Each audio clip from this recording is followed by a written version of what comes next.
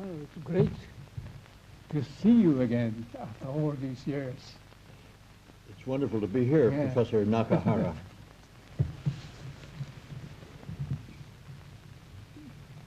This is your second visit to Japan, isn't it? My first visit was 13 years ago, which is far too long. And I was profoundly interested in the things that I saw at that time. Science, for me, is people, not a small collection of the elite. I happen to believe that the gift of discovery is not widely distributed throughout the population, but certain workers have it and others do not have it. For me, science has become not only a method of work, but a philosophy, a religion, a form of art. Science for us would seem to be the art of our century. When so many things are discouraging, science is flourishing. And what particularly interested me on my first visit to Japan were two things.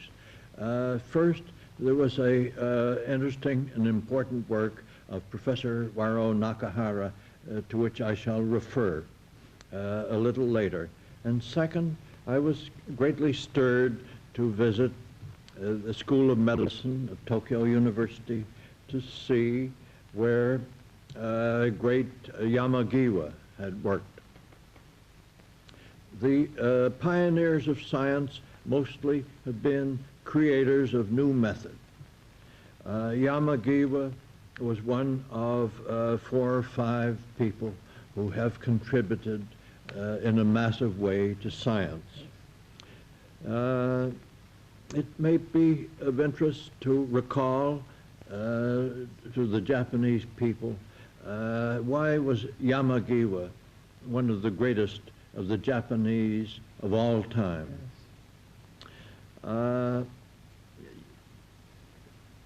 Yamagiwa had the great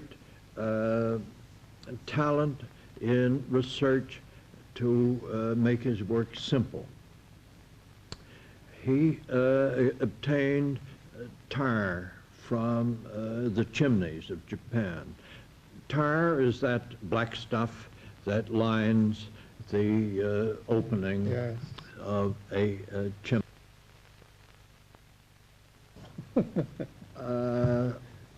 As all scientists know, Yamagiwa painted the tar on the ear of rabbits.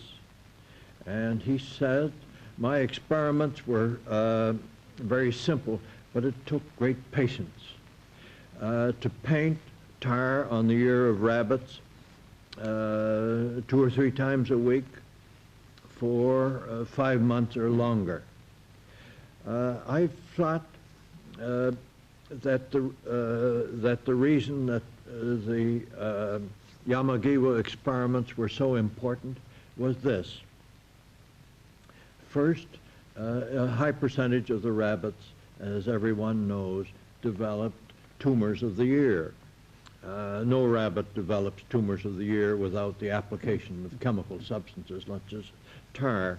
The reason that Yamagiwa succeeded where others failed were, one, the great talent of the Japanese character and personality, of persistence and thoroughness. And second, perhaps something, the use of the brush in calligraphy and in character made him particularly adept at painting of ears.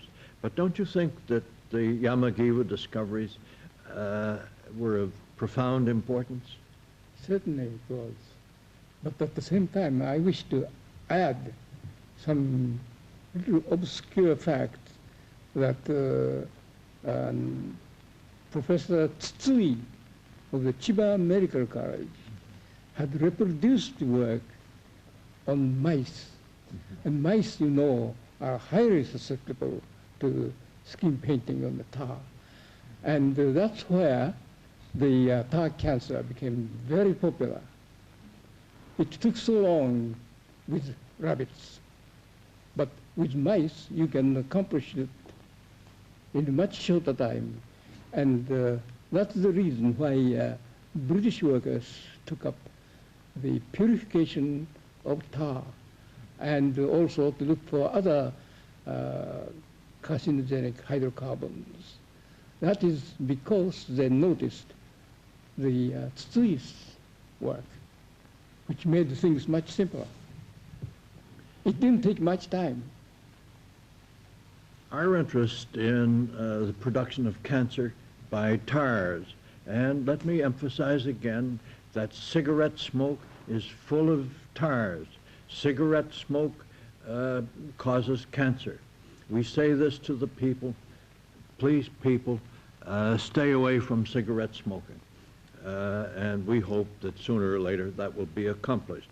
But what interested me in the carcinogenic compounds derived from tars is the fact that they produce cancer of the breast, a field in which Professor Nakahara is also interested. The particular compound that has absorbed our interest for 15 years is a chemical compound. It happens to be the strongest of the tars, and perhaps I can illustrate it.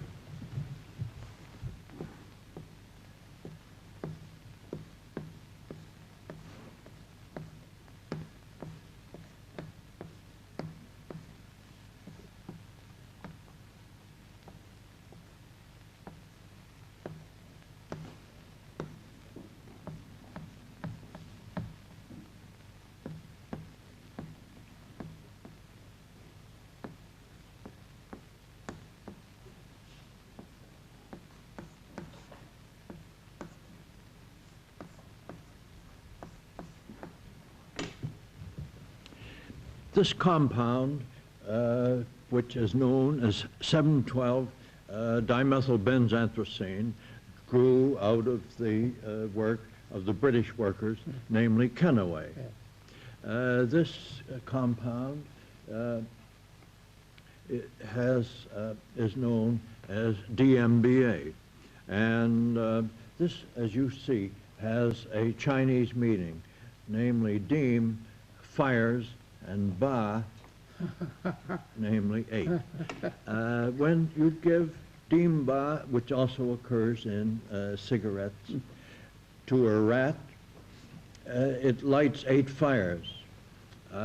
What we do is to give the largest possible amount of this by mouth to female rat, and what happens? Within 3 weeks, she develops breast cancer.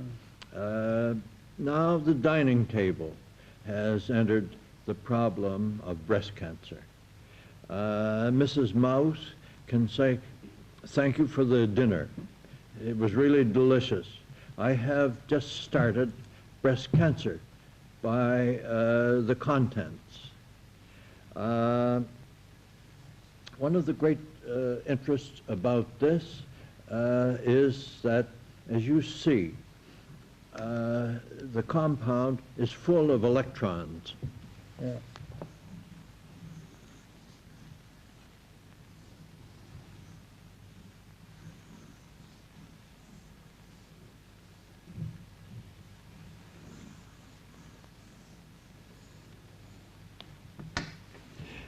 The electrons keep whirring in a delocalized way around this molecule, looking for a place to discharge the electron, much as a lightning comes from the cloud and hits on Earth. Here, this given by mouth hits a mammary gland and breast cancer arises every time in female rat. And why breast cancer? Because as is well known, breast cancer, we've been particularly interested in the breast cancer studies of Professor Nakahara. I would love to hear some of your late results. Well, my late results are to come. Mm-hmm. We have just started, Mm-hmm. just because the mammary tumor of the mice, spontaneous mammary tumors, there has never been any definite method, reliable method of eradicating it. In human cases, mammary tumor is one of the perhaps easiest to deal with by surgery. But with mice, you know, the mammary gland is all over the body. So in order to perform the surgery, which will correspond to total mastectomy in man, you have to skin the whole mouse in order to attain that. And it's a multiple tumor. If you get rid of one, the second one will start somewhere else in the mammary gland. So how to deal with this situation is something that is challenging. We shall perhaps in 10 years' time find some method of getting through this, breaking through this difficulty. One of the interests that we've had in our laboratory for many years is the control of cancers by changing the relationship between the tumor and the host. Okay. We think that the thing about cancer is to cure it. Of course. Most people have some defense Yes. against their own cancer. Yes. The defense may be nutritional, or it can be immunology through antibodies, as was studied by James B. Murphy at the Rockefeller Institute. And this great scientist happened to be a close friend of myself. And many times he would talk about his favorite pupil, Professor Nakahara, not at that time professor, but student Nakahara. Would you mention some of the characteristics of Jim Murphy? James Murphy, he was the most courteous of men, in my experience. He has a great deal of imagination, and sometimes critical in speaking. His imagination took him away from some of the experiments. But at the same time, he had the great truth under his finger, you know. He said the lymphocyte was the factor of defense against the tumor. And that fact still remains as a fundamental truth. And it's unfortunate that his work has been forgotten by many of the younger generation of the investigators. Perhaps because he was working with mixed population, mixed strain of mice, not the pure strains. In those days, you see, the pure strain of mice did not exist. Was Dr. Murphy a hard-working man? Yes, he was, but not in the physical way. He was hard-working in his head. That I admire. He had good hands to do the manual work for him, technical work for him. It's been my privilege throughout my life to be university man throughout. And this has had wonderful advantages. Namely, I have associated with me at all times young people. People whose past is ahead of them. People who, young boys and girls who are eager to get ahead. Yes. Among this group of young people, I have had the privilege of 10 scholars, young scholars from Japan, and many of them are now professors of pathology and other things in the leading universities of Japan.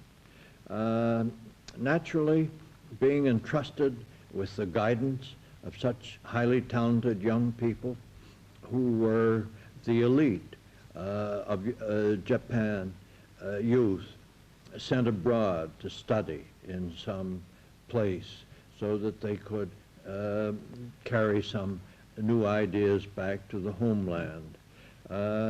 We have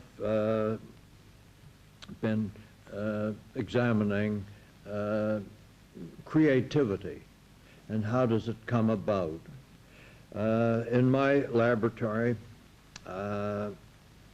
we have 3 rules. Number 1, the worker must be clean and neat. I would rather have someone clean and neat than to make a discovery right at the beginning, because if the worker is not orderly in mental processes and physical processes, no discovery will come. The second is we work a 7-day week. When we take vacation, it's relaxation. When we work, we work. And the third rule is we drink instant coffee by the gallon, because I believe that in 1973, as in 1960, instant coffee is the lifeblood of the scientist. That's why we have coffee breaks every time we have any kind of scientific meetings. I think there's a good deal in this. We have coffee break at 3:30 every afternoon, and always the members of our small group come. They come for the coffee, but that is not the reason that we serve it. The reason is to discuss what I call the business of discovery. This is has been such a useful part of my life. Yes. The young men have the best ideas. They have the freshest ideas. They can work well. They cannot work such long hours as the older men. It's the opposite to athletics. The older scientist, he can work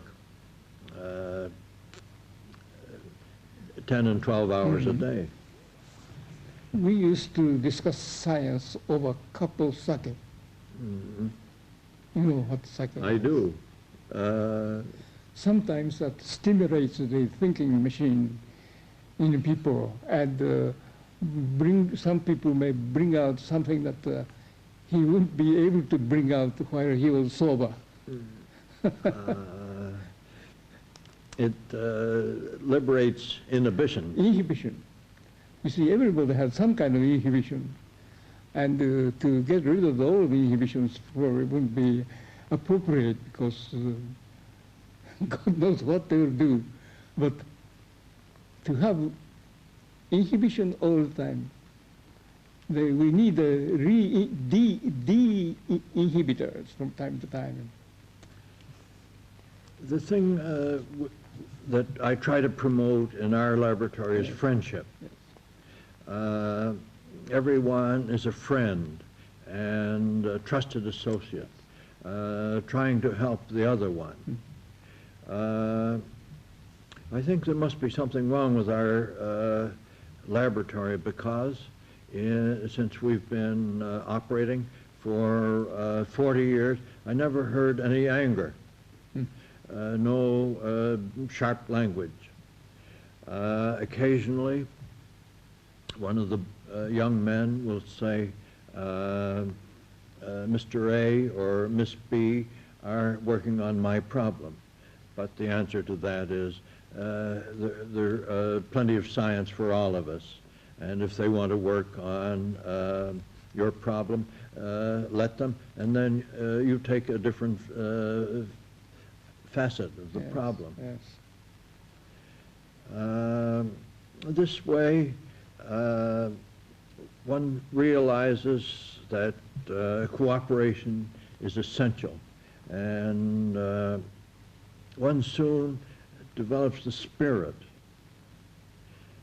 The spirit of the laboratory is everything. Atmosphere in the laboratory. Atmosphere Research in the laboratory. Conducing atmosphere. This is putting it in a better way than I can do it, Professor Nakahara. Atmosphere conducive to discovery. And for that, you need a central figure, the nucleus of the whole organization. You need a central figure who will inspire, in a way of speaking, the perpetuation of this spirit of cooperation and devotion to what they are doing. Everything in science is spirit. Everything is devotion. Everything is total commitment. Nature surrounds us with all sorts of interesting things. Nature is jealous. Nature says to me, Huggins, give. And I give. She says, not enough. I give more. She says, not enough. You must give everything. Some more. That's right. When you give everything, Yeah. then it comes. I've noticed that the ideas come from activity. Activity, continued activity. Activity Yes. at the bench. I say to our young people, if you must, go to the library and read. But it's better to work with blood on your hands. With blood on your hands, you have a chance. Seated at your desk, you have no chance.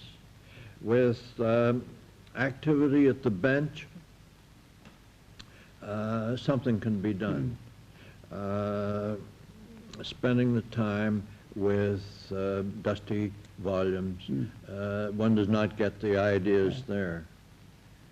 The trouble with the younger generation of scientists today seems to be that they go to the library to get an idea, and particularly the latest publications.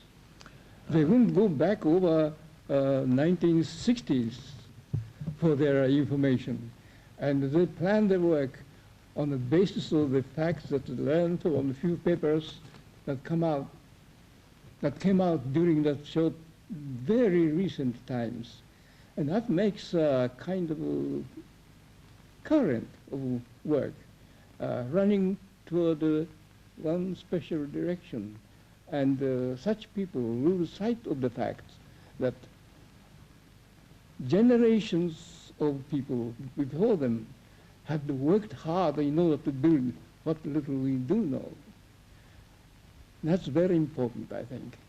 One should not rely so much on literature. It's quite interesting that at the present time there's the pressure on the young people. They feel the pressure to publish. They say, if I do not publish, I will perish. And this is an attitude that the director of the laboratory must do away with.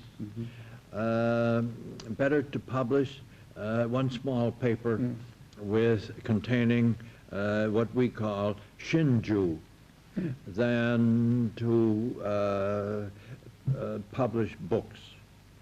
I say to the young people, if you want to write a book, go some other place and write it. Please don't write a book in my place. Do something important. I see so many of the things, the great papers are short papers. Shorter the better. Shorter I the find better. that if the paper is, say, 100 pages, the paper is worthless. If someone brings in a paper of 100 pages to me, I will say, he'd say, please read this paper. I said, I'm a rather rapid reader. I can read 14 pages in an evening. This will take 7 evenings. Is it worth 7 evenings? He said, now I understand everything. The measurement of the velocity of light by Michelson was published in 2 pages. Warburg's discovery of pyridine nucleotides, 2 pages. Peyton Rau's discovery that viruses could cause solid tumors of animals, 1 page.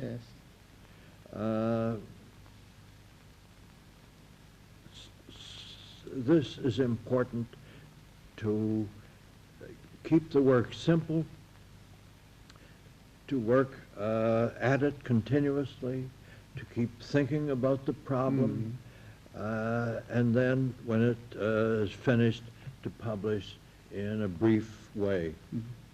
I noticed that the paper you referred to, of Peyton Rouse, reprint, it was published in the American Journal of the American Medical Association, and it was reprinted in the smaller form, you know, the format is smaller. Yes. And I think it's only 3 pages. It is. And it says everything about the Rouse virus that we presently know, except the electron microscopic photographs. It's a wonderful paper. It says everything that could be said about the Rouse virus. It's a great privilege that I had worked in the institute where Peyton Rouse was actively at work. He was a wonderful man. Peyton Rouse never would drive automobile in the city. He walked he lived about 6 kilometers from the laboratory. Every morning he would walk to work. Every morning he would think about the experiments to be done that day. Every morning Peyton Rouse would say, I believe this will be the great day of my life. I believe today I will discover a new truth, which is a shinju of great value. Peyton Rouse had the spirit of the pearl diver who knew that something might come. Not always was he successful, but this is another thing about science. That's where scientists must be constantly at work. And never become discouraged. Constant work. There is a English proverb. We say constant dropping of water makes a hole in the stone. We have the same proverb. Well, it's a truth. It is a great truth. One of the things that we admire about Professor Nakahara is his breadth of interest in science.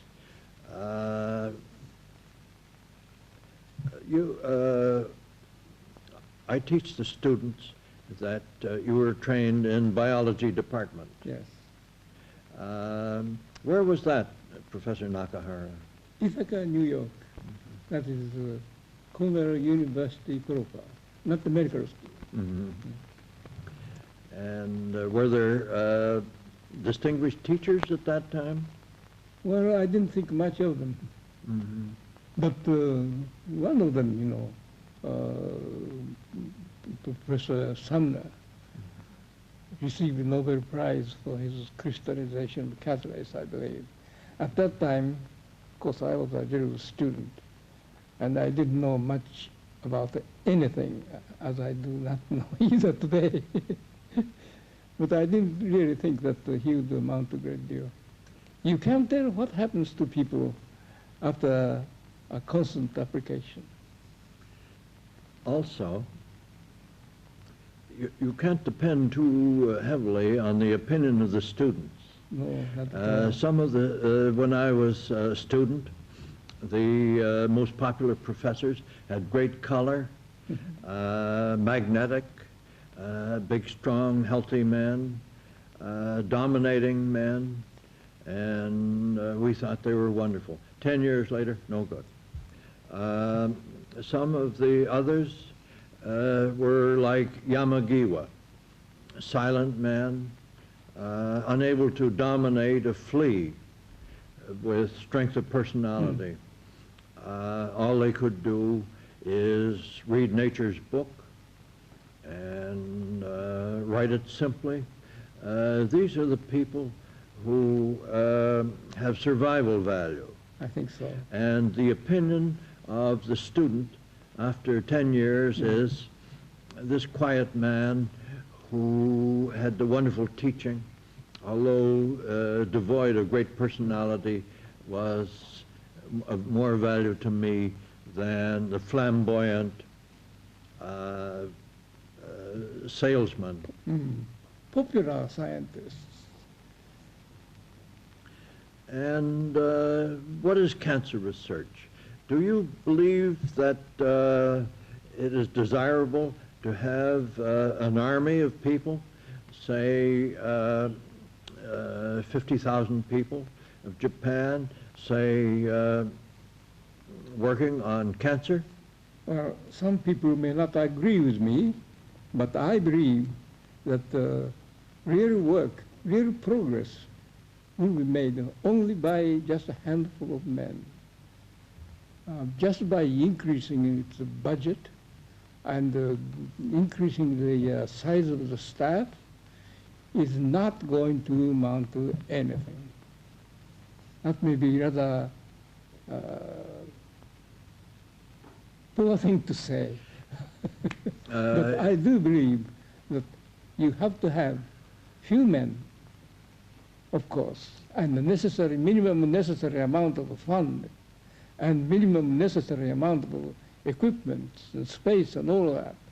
But just by increasing the space, time, money, manpower is not going to be of any great importance in cancer research. I couldn't agree with you more. I believe that the great experiments of science do not require vast amounts of funds.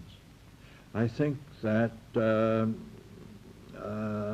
gifted man is necessary. He must have funds to work with, of course, but it doesn't take great amounts of money. The ideal way for the gifted scientist is this. He has on his desk a great basket which is full of yen. Spend whatever he wants. And at the end of the year, he hasn't spent much. We say this, here is money, spend it. Any instrument that will be used, no matter how many yen it costs, will be cheap. Yes. And this instrument, which costs 2 yen, if it's never used, it's frightfully expensive. So that use determines whether an instrument is expensive or not. Yes, I do feel that some of the highly endowed institutes laboratories are hard put to spend the amount of budget that is allocated to them. And work of that kind is not going to amount to anything. Man should learn from nature, not from books. I think it can be very deleterious, very harmful to have too big a staff. I think so. If one has, say, 30 people, you must spend each day 30 minutes with each person. There's 15 hours, and where I have no time for myself. That's what I call dilution effect. That's, if you have 5 men who will be really doing something, now if you add 50 more men to it, of no great consequence, then you dilute that 50, dilute that 5 by 10 times. And that's so nobody is any good. Nobody is any good. And it's a common failure of human beings, I think, to go down if the general majority, the general level is down. To go up takes an energy. And that's work, that's hard work.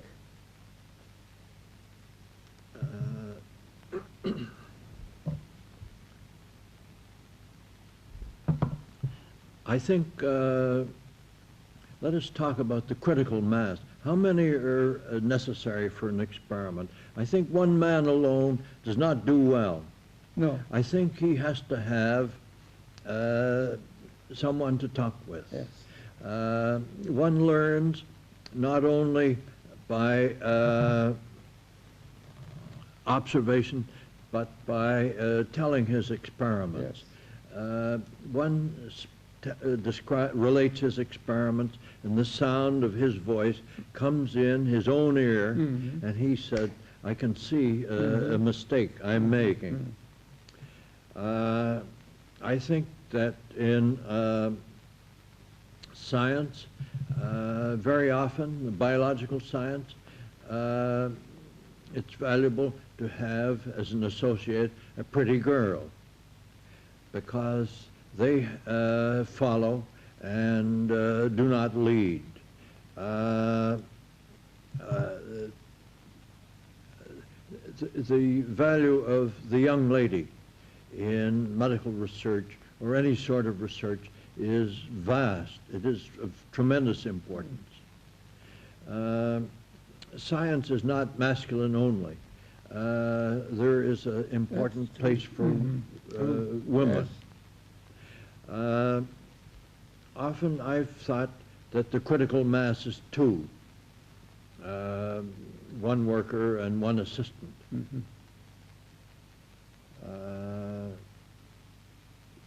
But they must be able to see eye to eye on the subject that they are working on. That's very important, to have a good combination of a researcher and his assistant. Also, the genius of experiment, the genius of science is recognition of a good problem. True. That's very, very true. One can imagine, if he has, if he is thoughtful, 1,000 problems, but 999 will be no good, one will be great. The genius is to recognize that this is a good problem and that is no good. That is where a shortage of budget comes in handy, because you cannot do any 100 problems all at once. With too much money, you can do all that, and 99% of them are no good. If you have a limited amount of manpower and fund and so forth, you will try to concentrate on something that you feel you must do, and that's the problem, which will be productive. the scientist is gambler. Yes. And the man on the street who is non-scientist, and I'm very sorry for anyone who is not a scientist. He doesn't know what he misses. It is such a beautiful field with exercise of the imagination, with discovery. The scientist gambles. He said, I will work on this problem for a year. And it may come out well, it may not come out well. If it comes out badly, I've lost a year. If it comes out well, this is pleasing. Personally, I like to work on two problems. Perhaps what you might call a major problem and a minor problem. Because with two problems, the eggs are in two baskets, not all Not in one only basket. one basket.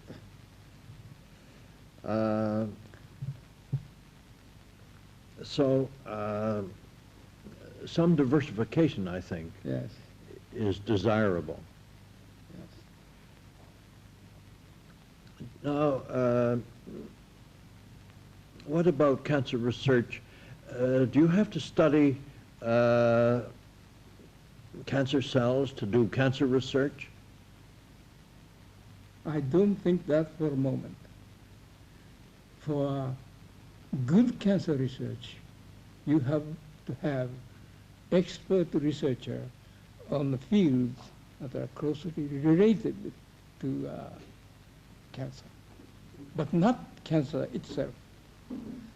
That's where I am trying to develop a staff, a department, which is devoted to bioenergetics, electron movements.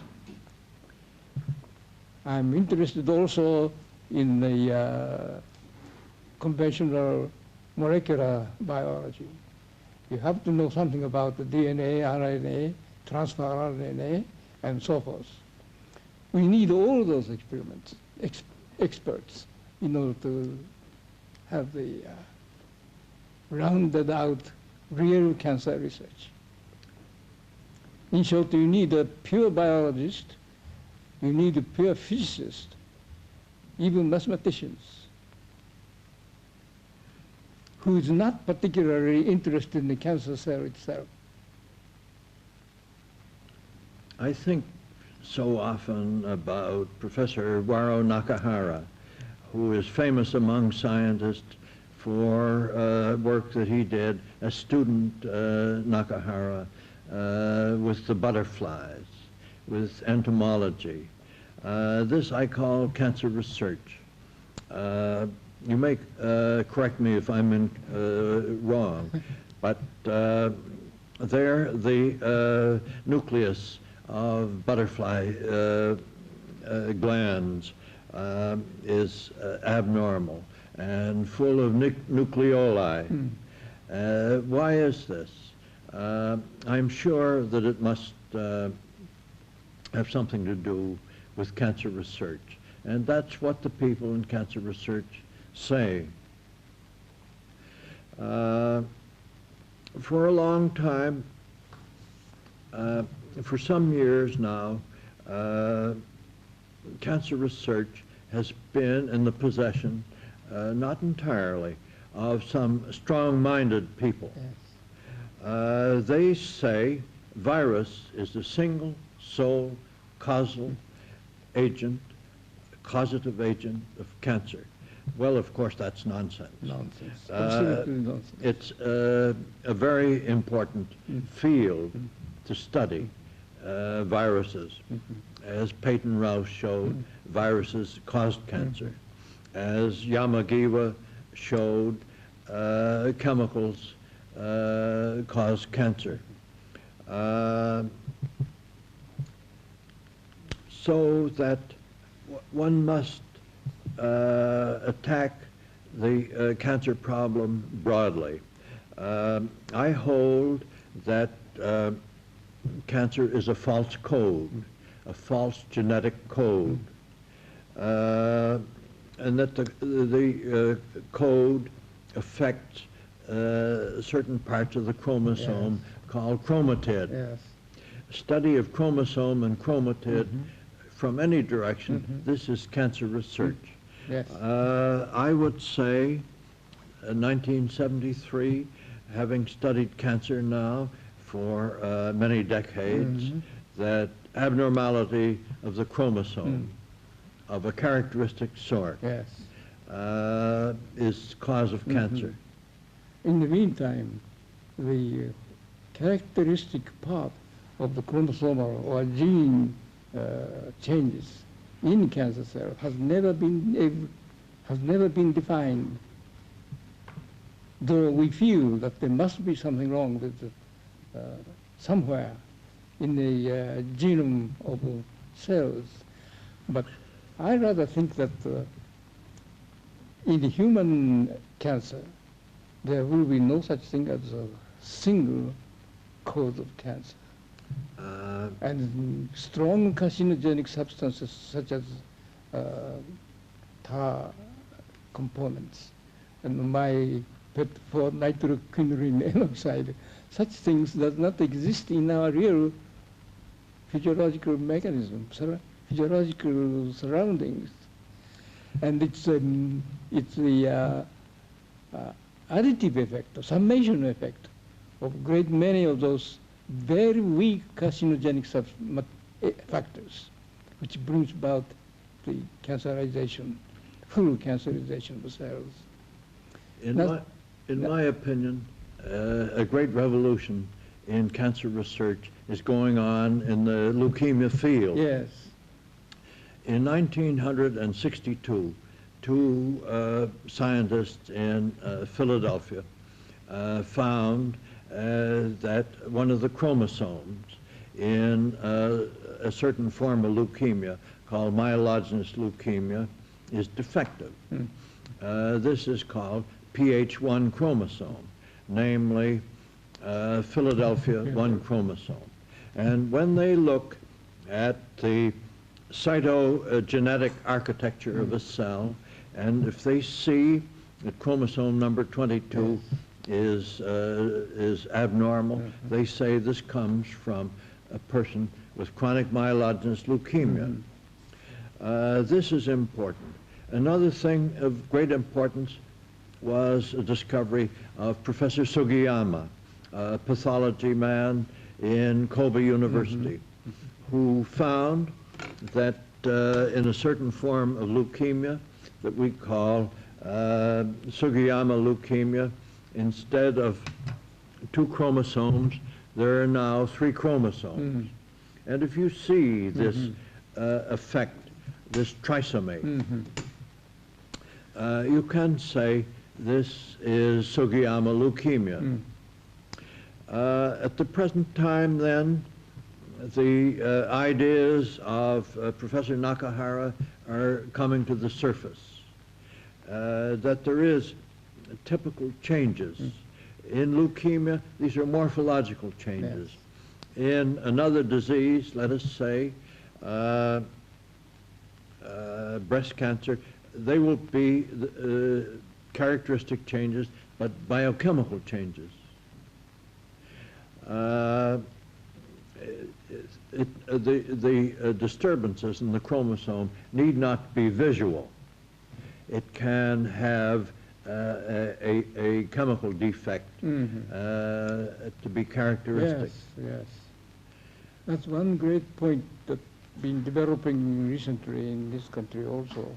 You know, the carcinogenic process may not necessarily involve the changes in the genome, but maybe the expression, change in the expression of the genes, phenotypical expression of the genes controlled by something else may be sufficient. But this is just the beginning, and you know, the so-called tumor reversal business. Once cells become cancerous and under certain conditions it can be reverted again, but not really reverted. It's de-differentiated. So redifferentiated. And the question of that sort is beginning to make the cancer research of the future coming 2-3 years very exciting, I think. One of the ways to disturb the chromosomes of certain forms of cancer is to remove hormones. Yes. If you remove hormones from a normal cell, say breast cell or a Yes. prostate cell, Yes. The cell shrinks, Yes. but it doesn't die. With hormone-dependent cancers, when you remove the hormone, the cancer cell disappears. We think of it in a simple way, something as gasoline in an automobile. If you remove gasoline from the tank of an automobile, the automobile cannot go. It stops. This is normal cell, but the cancer cell is different. The chromosome of cancer cell depends on the hormone, and if you remove the hormone, then the cell dies. The effect of hormone dependence is the hormones are critical in the maintenance of nucleic acid. In that connection, I am greatly interested in the possibility that some of those viral tumors may be normal cells that are stimulated abnormal growth under the influence of virus. Now, if you could get rid of the virus from the virus tumors, I wonder what will happen to the virus tumor. In a certain sense, that can be done. Some of the mammary tumors are virus caused by virus, Bittner virus. Yes, yes. And But when one removes ovary Yes. from a mouse Yes. with hormone-dependent Bittner containing virus, Yes. goodbye Bittner virus, it disappears. But Bittner virus can exist everywhere and yet never produce any tumor. That's why I admire Rouse's work. You know, you get your tumor reproduced right at the spot when you inject, where you inject the Rouse virus. That's a beautiful tumor. I wish we could find a mammalian replica of that. I wish we could find it, provided it exists, because sometimes it's one spends effort looking for a black cat in a dark room where there is no black cat at all. That's it.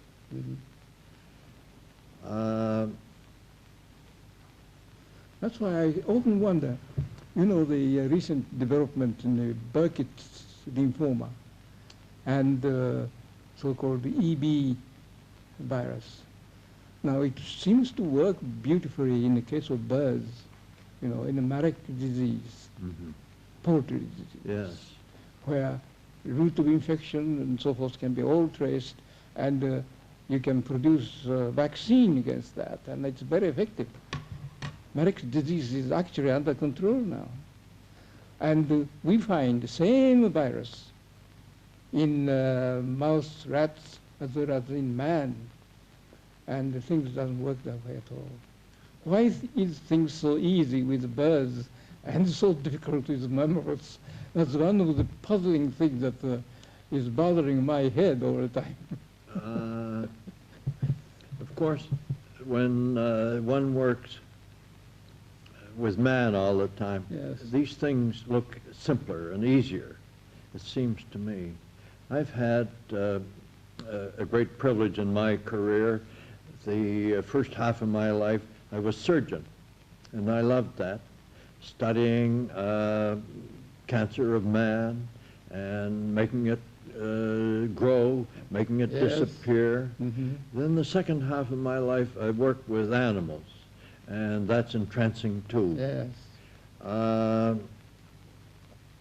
The study of the animal is, so far as I'm concerned, of significance when the results are applied also to man.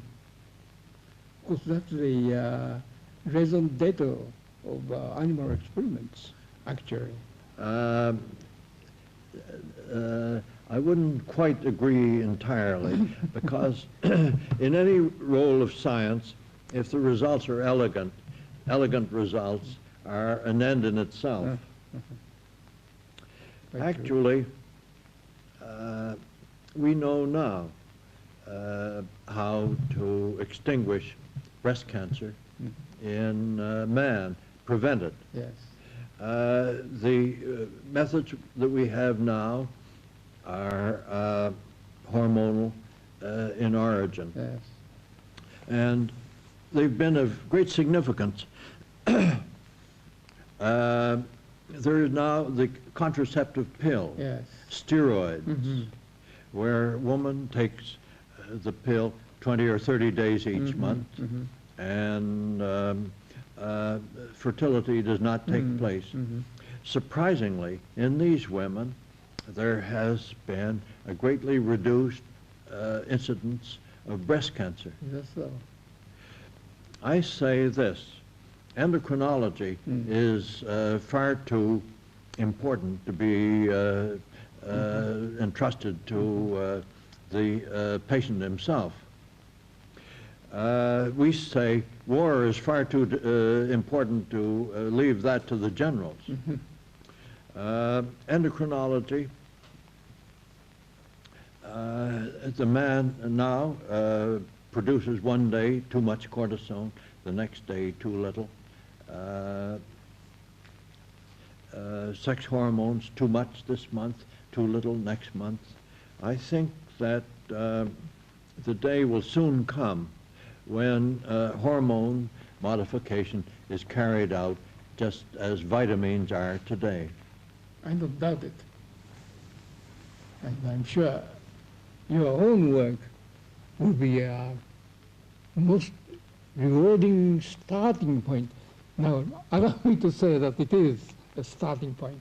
You provided the great starting point in the studies along hormonal ways in cancer research.